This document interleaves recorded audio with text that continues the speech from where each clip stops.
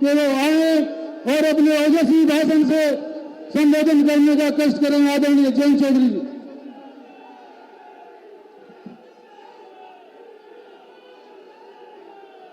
राम राम जी। सबसे पहले चौधरी चरण सिंह जी के कर्म भूमि पर आज हमारे बीच अपना समय निकालकर आए तेजस्वी मुख्यमंत्री आदरणीय योगी आदित्यनाथ जी का आपकी तरफ से स्वागत करता हूं। मंचासीन हमारे बीजेपी और लोकदल के वरिष्ठ नेतागण, पूर्व सांसद सतपाल जी, सांसद जी कह रहे, और हमारे बागपत लोकसभा क्षेत्र के सभी विधायकगण, बीजेपी के सम्मानित जिलाध्यक्ष जी, हमारे कपिल देव अग्रवाल जी, सैनी जी, दूर दूर से आए और चुनाव की कमान को संभाल रहे बीजेपी के वरिष्ठ पदाधिकारी, क्योंकि हमने अनुभव किया है लोकदल का चुनाव लड़ने का तरीका कुछ अलग रहता है। अब बीजेपी के साथ हम लोग चुनाव लड़ रहे हैं, बहुत मेहनत बीजेपी के वरिष्ठ नेता कर रहे हैं और एक संतुलित प्रचार अभियान आपने चलाया। तो मैं मंच के माध्यम से आपको धन्यवाद और बधाई देता हूं। आपका बहुत बड़ा योगदान बीजेपी के कार्यकर्ताओं का आज के कार्यक्रम में भी है और हम सबको सीखने का अवसर मिल रहा है। आज हमारी साझी लड़ाई है, ये साझा मंच है और देश के लिए हम लोग एक हुए। मैंने हमेशा सीखा, चौधरी अजीत सिंह जी को बहुत करीब से आपने देखा है, उनके निर्णय को आप बेहतर समझते थे, उनके हर फैसले को निभाने में आपने कभी कोई कसर नहीं छोड़ी। बागपत के लोग उन पर विश्वास करते थे, उस विश्वास के साथ चौधरी अजीत सिंह जी फैसले लिया करते थे। और मैंने ये देखा हर मोड़ पर, अपने जीवन में, सामाजिक काम में, राजनीतिक फैसलों में, उनका एक ही मापदंड होता था। वो ये चाहते थे कि मेरे इस फैसले और निर्णय से मेरे लोगों का क्या होगा, उनका भला होगा कि नहीं होगा। उसे मूल आधार बनाकर उन्होंने अपनी पार्टी भी चलाई और देश के रहते हुए पदों पर बड़े बड़े फैसले ले पाए। उनसे ये सीखते हुए मैंने भी निर्णय लिया कि हमें एनडीए को और मजबूती देनी है। प्रधानमंत्री नरेंद्र मोदी जी ने जो नारे दिए हैं, जो बात की है और जो काम किए हैं, उन कार्यों को और आगे बढ़ाने का हमें मौका और अवसर मिल रहा है। ऐतिहासिक तीसरी बार मैंडेट उन्होंने देश की जनता से मांगा है। रोज आप देखते हैं देश के किसी कोने में जाकर वो अपील कर रहे हैं, मेहनत कर रहे हैं और मेहनत का फल मीठा होगा। जिस प्रकार से बागपत का रटौल का आम मीठा है, उसी प्रकार से यहाँ का गुड़ अच्छा है, यहाँ की मिठाई है, यहाँ के लोगों का निराला अंदाज है। तो मुझे उम्मीद है कि बागपत भी उस संदेश से दूर नहीं रहेगा। और खास तौर से जब देश के प्रधानमंत्री जी ने जिस प्रकार से चौधरी चरण सिंह जी की एक नैतिकता लोगों को दिखाई देती थी, उनकी ईमानदारी लोगों को याद है, उसी प्रकार से प्रधानमंत्री जी ने जब नारा दिया कि ना खाऊंगा ना खाने दूंगा, बहुत लोगों को स्वाभाविक है मिर्ची लगी हो, लेकिन बागपत के लोगों को वो बात बेहद पसंद आई और इसलिए आज आपके सामने जो आपके प्रत्याशी हैं, बात कहने की आसान होती है, करने और निभाने की जब खुद पे पड़ती है तो मुश्किल आती है। लेकिन मुझे गर्व है कि जिस उम्मीदवार का हमने आपके आशीर्वाद से चयन किया है, डॉक्टर राजकुमार सांगवान, वही बात उन्होंने आज मेरे सामने और मुख्यमंत्री जी के सामने कह दी कि ना खाऊंगा ना खाने दूंगा। बताओ फिर और क्या चाहिए। हमने जो सीखा है, चौधरी चरण सिंह जी कहते थे कि मतदाता को क्या करना है, मतदाता का धर्म क्या है वो देखे। मेरे नेता की और मेरे उम्मीदवार की नैतिकता क्या है, नीतियां क्या हैं, नियत साफ है कि नहीं। तो आपको मुझ पे नजर रखनी है, डॉक्टर सांगवान जी पे नजर रखनी है, एक तरफ योगी जी पे नजर डालनी है और दूसरी तरफ विश्वास करना है देश के प्रधानमंत्री नरेंद्र मोदी जी पे विश्वास करना है। नियत हो और नीति हो साफ दिखाई दे रही है कि नहीं दे रही है। सुस्त हो, पहली मीटिंग है सुबह की, सुस्ती निकालो। थक गए क्या? दिख रही है नियत और नीति। और बाकी जो कसर होगी, क्योंकि हमारे मुख्यमंत्री बहुत तेजी से बातों को समझते हैं और निर्णय लेते हैं। हम लोग तो विपक्ष में भी रहे, हमने देखा कुछ बातें विपक्ष में रह के हम बोल नहीं सकते, अब जो साथ आ गए तो कह सकते हैं। देर नहीं लगाते, जो बात समझ में आ जाती है वो तुरंत कर देते हैं, कलम चल पड़ती। चौधरी चरण सिंह जी के कार्य प्रणाली, चौधरी चरण सिंह जी का जो विजन था भारतीय समाज के लिए, भ्रष्टाचार तो एक मुख्य बिंदु था कि भ्रष्टाचार मुक्त समाज का निर्माण कैसे हो। जातिवाद के खिलाफ वो खड़े होते। यही जनता वैदिक कॉलेज का किस्सा है कि इसका नाम जब उनके बिरादरी से जोड़ा गया तो उसका विरोध और तो कोई कर नहीं सकता था।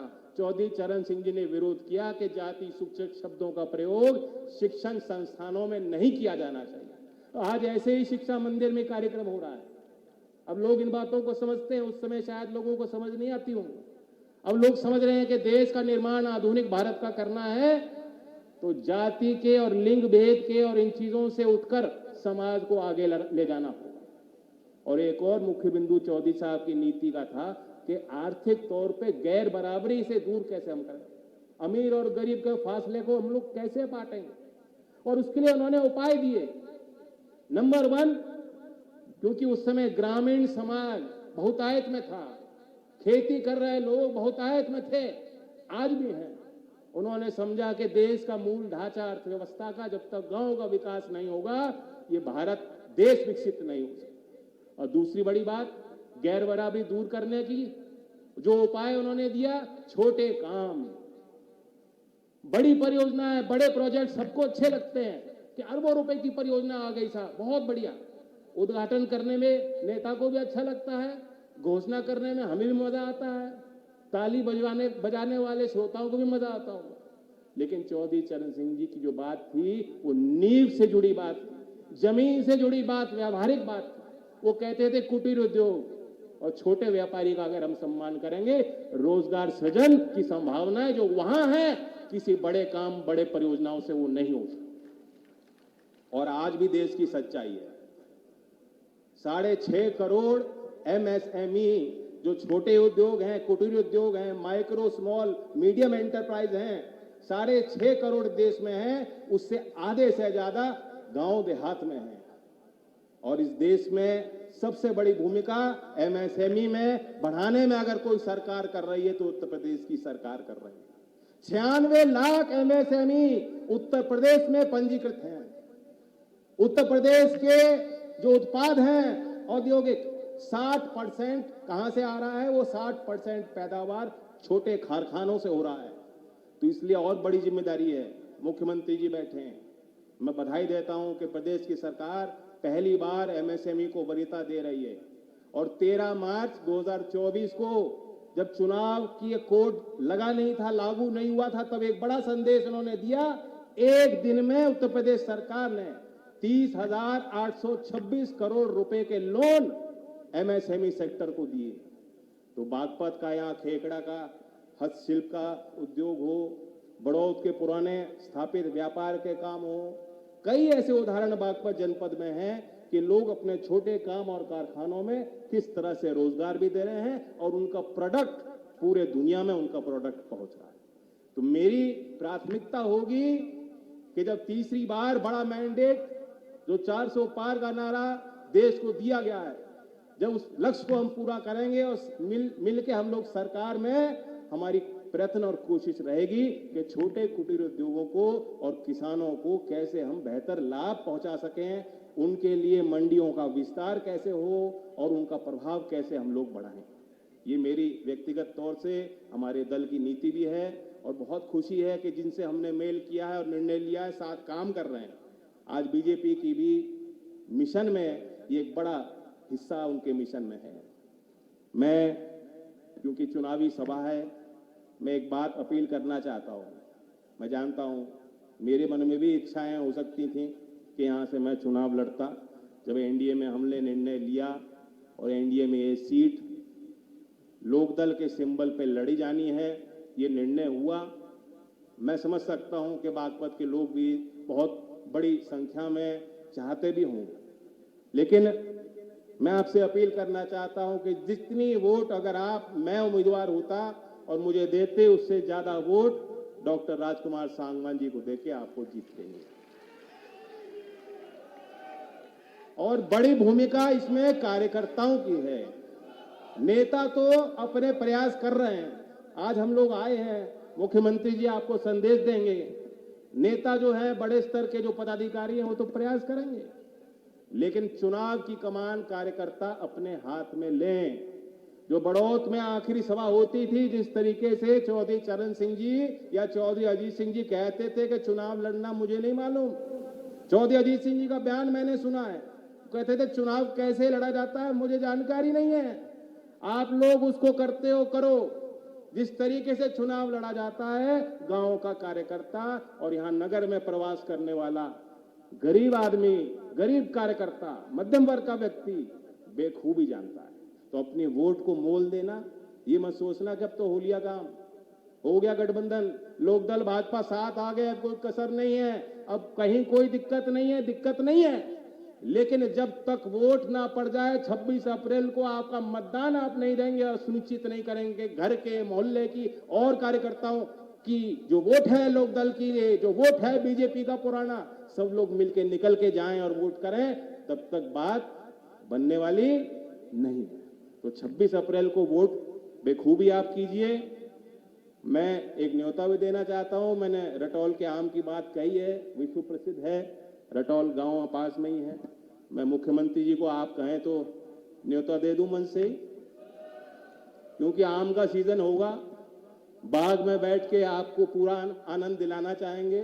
जीतने के बाद डॉक्टर सांगवान जी और हम सब लोग आपको न्योता दे रहे हैं, जरूर आके रटौल की प्रसिद्ध का आम को आप चखिएगा और ऐसा काम आप करेंगे। मुझे विश्वास है कि यहाँ जो गन्ने की खेती करते हैं, किसान हैं, छोटे व्यापारी हैं, हर वर्ग के आदमी, जीवन में मिठास लाने का काम जिस तरीके से आप कर रहे हैं और आगे आपको शक्तिशाली होके बढ़ चढ़कर करना है।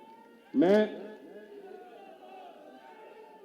हमारे सोहनलाल द्विवेदी जी की 3 पंक्ति सुनाता हूं, प्रेरणादायक है, लंबी कविता है, मैं पूरी कविता नहीं सुनाऊंगा, 3 पंक्ति सुनाता हूं। घटा घिरी अटूट हो, अधर से कालकूट हो, यही सुधा की घूट हो, जियो चलो मरे चलो, बढ़े चलो बढ़े चलो, गगन उगलता आग हो, गर्मी तो आ रही है ना, छिड़ा मरण का राग हो, लहू का अपने फाग हो, अड़ो वहीं गड़ो वहीं, बढ़े चलो, चलो नई मिसाल हो, जलो नई मिसाल हो, बढ़ो नया कमाल हो, झुको नहीं रुको नहीं, बढ़े चलो यूं ही बढ़े चलो।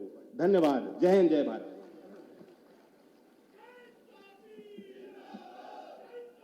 बहुत बहुत धन्यवाद चौधरी